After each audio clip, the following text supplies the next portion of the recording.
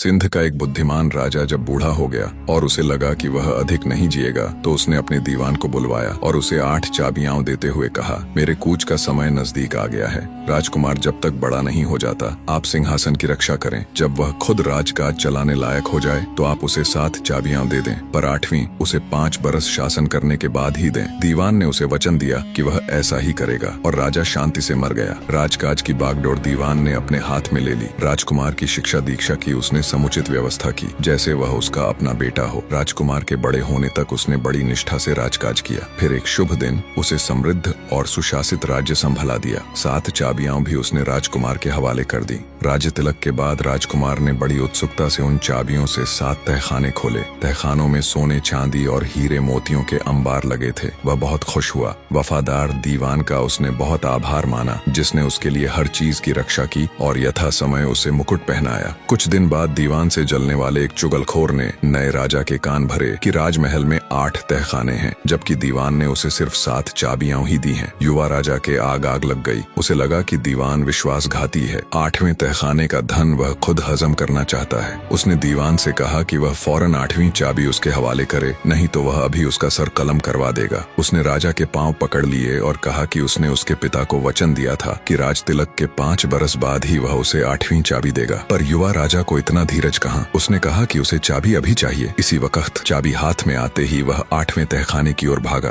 ताले में चाबी घुमाई और झटके से दरवाजा खोला। तहखाना एकदम खाली था। उसे सहसा विश्वास नहीं हुआ। यहाँ तक कि दीवारें भी सपाट थीं। उनमें एक ताक तक नहीं था। खाली तहखाने में उसने चारों तरफ देखा। एक दीवार उसे कुछ अलग नजर आई। उस पर एक सुंदर लड़की का चित्र बना हुआ था। राजा की आंखें चित्र पर चिपक कर रह गईं। वह ज्यों-ज्यों चित्र को देखता त्यों-त्यों उसका सम्मोहन बढ़ता गया। चित्र की लड़की को वह प्राण प्रण से चाहने लगा। लड़की के सौंदर्य से वह इतना अभिभूत हुआ कि उसे मूर्छा आ गई। दीवान उसके पीछे ही खड़ा था। उसने राजा को थामा और मुंह पर गुलाब जल छिड़का। राजा को चेत हुआ। चेत होते ही उसकी नजर चित्र में बनी लड़की की ओर मुड़ी। उसने दीवान को आदेश दिया कि जैसे भी हो वह इस लड़की को जल्दी से जल्दी उससे मिलवाए, नहीं तो वह राजपाट और अन्न जल सब छोड़ देगा। आगे क्या हुआ ये जानने के लिए चैनल को सब्सक्राइब कर कमेंट में नेक्स्ट पार्ट जरूर लिखें।